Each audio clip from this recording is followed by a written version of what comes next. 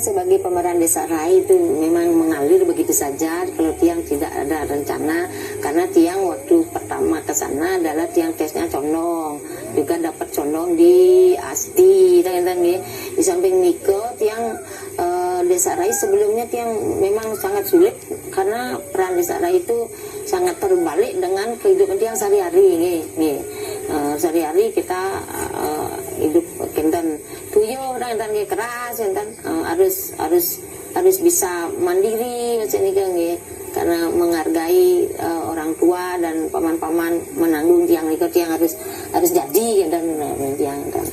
Jadi peran Desa Rai ini kok kayak kan dulu nih kan kenten nenek pidan orang Tiang mesti pengisi lugu tapi papasan mengena nih kan kadang-kadang ya agak kene melenceng dia ajak kenten bosnya dengan liku sama gini kan kadang-kadang lawan dan kalau Tiang niki sebagai peran Desa Rai Tiang berusaha sekarang jadi orang panggung dan gimana beda dengan sehari-hari dan kalau sehari-hari condong itu kan agak saklean nih kak, peran condong agak sakle, agak serius nih kak, lebih urut Tiang lebih gampang Tiang transfer nih kak. Tapi untuk Desa Rai Tiang betul-betul belajar, memberanikan diri di panggung itu lepas dari keadaan sehari-hari, karena Desa Rai ini kak menurut Tiang lahir Desa Rai RRI beda dengan Desa Rai yang bawaan dari belajar pertama nih karena Tiang dibebani dengan informasi. Nah, Tiang harus tanggung jawab dengan informasi RRI apa yang menjadi program pemerintah, program RRI, tanggung jawab kita sebagai penyiar nih kan penyiar atau membawakan acara. Jadi ten bidang Tiang lugu Tiang harus banyak membaca, banyak belajar. Jadi harus ada lucunya nih ke Desa Rai, harus ada wanene dan ketika waktu kita pentas berhadapan dengan limur atau dengan liku kan Ika biasanya paket liku dengan limur. Jadi kalau liku itu salah kita harus bisa berkata-kata atau gimana kita harus bisa meluruskan gitu nih. Kalau limur ini umpamanya negatif pikirannya Desa Rai pasti dia ngusul supaya ke positif. Kalau diterima oke, kalau enggak dia juga akan miring karena dia sebagai Desa Rai itu sebagai inang pengasuh, yang sebagai pembantu, dia tidak butuh melawan, tapi kadang-kadang punya dia hak untuk usul. Menurut Tiang Desa Rai ini bukan saja jadi zaman sekarang ini tidak bisa kita berperan lugu dan memang kalau di pendramaan yang kita tonton dulu kentan ya kemana tapi ini Desa Rai Suba masak mungkin, Suba di perantan peraga mungkin dan umpamanya bawa selimur kadang dia kan nyame bo azak tahu dah kata bo kita nyaplir lagi diperbaiki sampun kan jadi sadar dia ada kesalahan kan. Kalau diajar kan bahasa sebagai pembantu di keraton kita harus tahu tatanan bahasa, kapan kita halus sourcing ini harus kita pelajari gitu. Walaupun tidak menguasai sekali tapi harus pelajari nih gitu.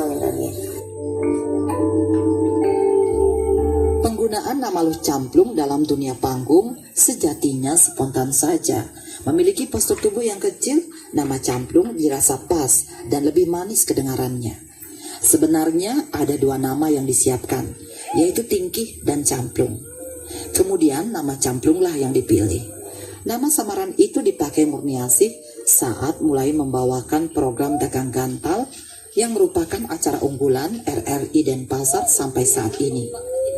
Melalui peran Desa Rai sangat fleksibel dan gampang untuk menyampaikan informasi baik lama maupun kekinian. Di samping arja utuh juga lewat cuplikan bondres. Saat masih menjadi pegawai negeri, Luh Camplung sering ikut kesenian untuk memerankan Desa Rai dalam drama tari Arje dan peran condong dalam drama tari Calon Arang. Itu dilakukan di sela-sela waktu senggangnya di luar tugas pokok. Kini ketika memasuki usia pensiun, ia tetap berkomitmen untuk melestarikan kesenian Bali agar taksu Bali tetap bersinar. Melalui channel YouTube Cerakenting Kebluh Camplung, Murniasi ingin melestarikan seni budaya Bali dan memberi kesempatan kepada masyarakat untuk belajar bersama di bidang seni. Baginya, seni budaya Bali penting dilestarikan karena tak hanya sebagai tontonan, juga syarat dengan tuntunan hidup.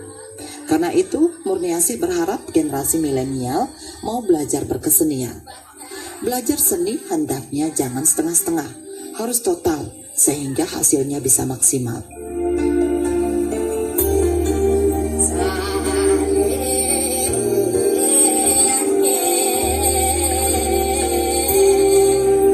Kalau nama Lu Camplung itu adalah nama samaran di dalam acara dagang gantal RRI Stasiun Denpasar. Nah, kenapa nama Lu Camplung? Nah, karena dari istilah dagang gantal itu dari tiang kecil nih, nama dagang gantal itu adalah kegiatan sehari-hari, yaitu dagang itu tidak punya warung, tidak punya tempat yang tetap, berjualan keliling di mana ada keramaian di sana berjualan.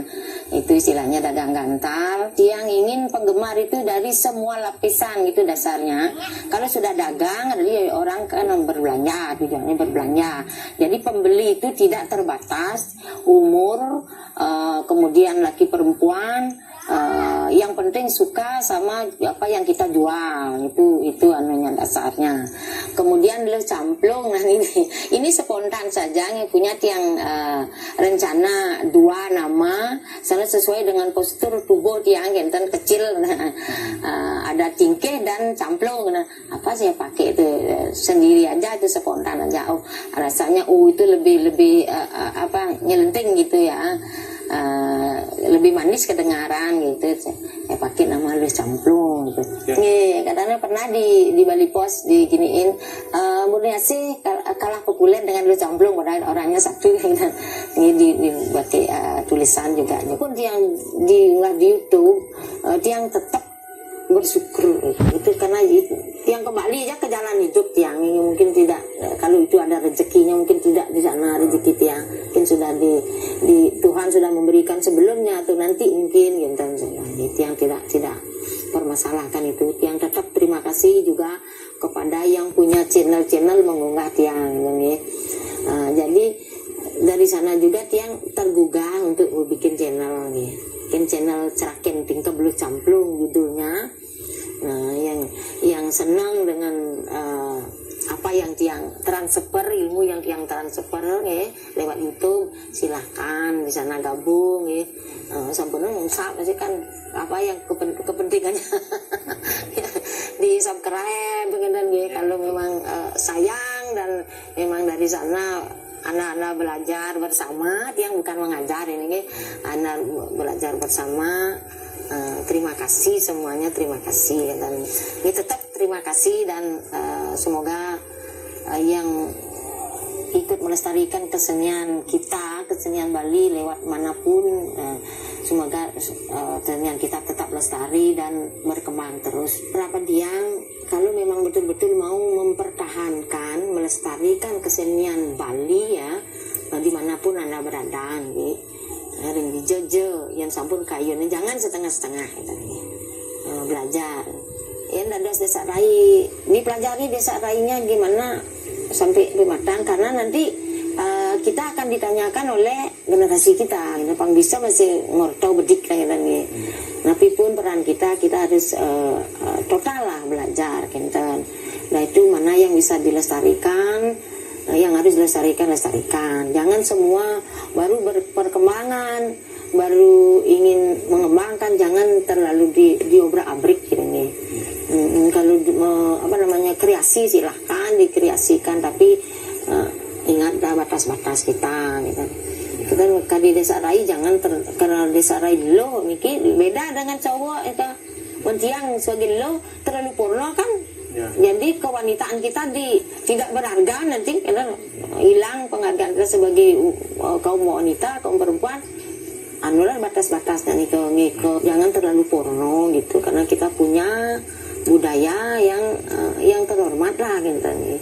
Nah kalau peran desa raya cowok-cowok nih kok juga yang harapkan jangan terlalu gini, karena Anda mau memerankan desa raya kalau anak perempuan nih ke peran perempuan, jagalah juga martabat perempuan itu ya, jaga itu dengan baik. So, kalau di luar kesenian saya tidak tahu, tidak mau tahu.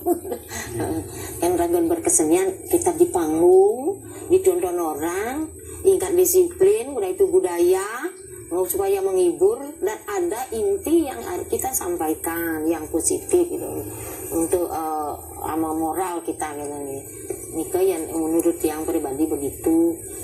Silakan berkembang bagus, semakin banyak yang punya desa raya semakin banyak, Anda lu Camplung semakin bagus. Kan nanyakan, oh Mbak desa raya Bujero tidak tersaingi? No, tidak, saya tidak pernah merasa tersaingi.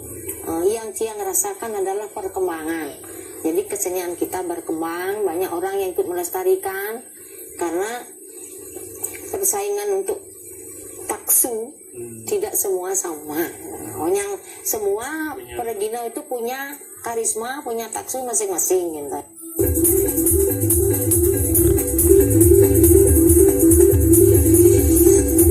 Suami Gusti Putu Bawadana SPD, Murniansih adalah sosok disiplin yang humoris. Sama dengan di dunia panggung, ia kerap menghibur keluarga di rumah. Gusti Putu Bawadana yang pensiunan guru SD asal desa Timpang Tabanan ini awalnya tak membayangkan istrinya akan menjadi penari arce dan piawai matembang. Bahkan ia terinspirasi dari sang istri. Ia pun mencoba ikut mawirama, tetapi diakui dirinya kurang berbakat. Gusti Putu Bawadana akan selalu mensupport kegiatan Murniansih dalam berkesenian.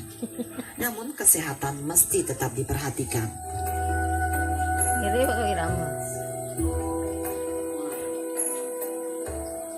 Nah kalau kesehariannya nanti yang di rumah juga tergugah karena istri yang sebagai penyanyi, penari juga kan ikut juga dulu maunya belajar kan, tapi karena mungkin dari darah yang susah nih sehingga yang ikut di organisasi orari librik yang belajar menggeding istilahnya biar tapi sampai hari ini kan juga masuk nih kan, jadi cukup mendampingi mandan, memberikan support kan.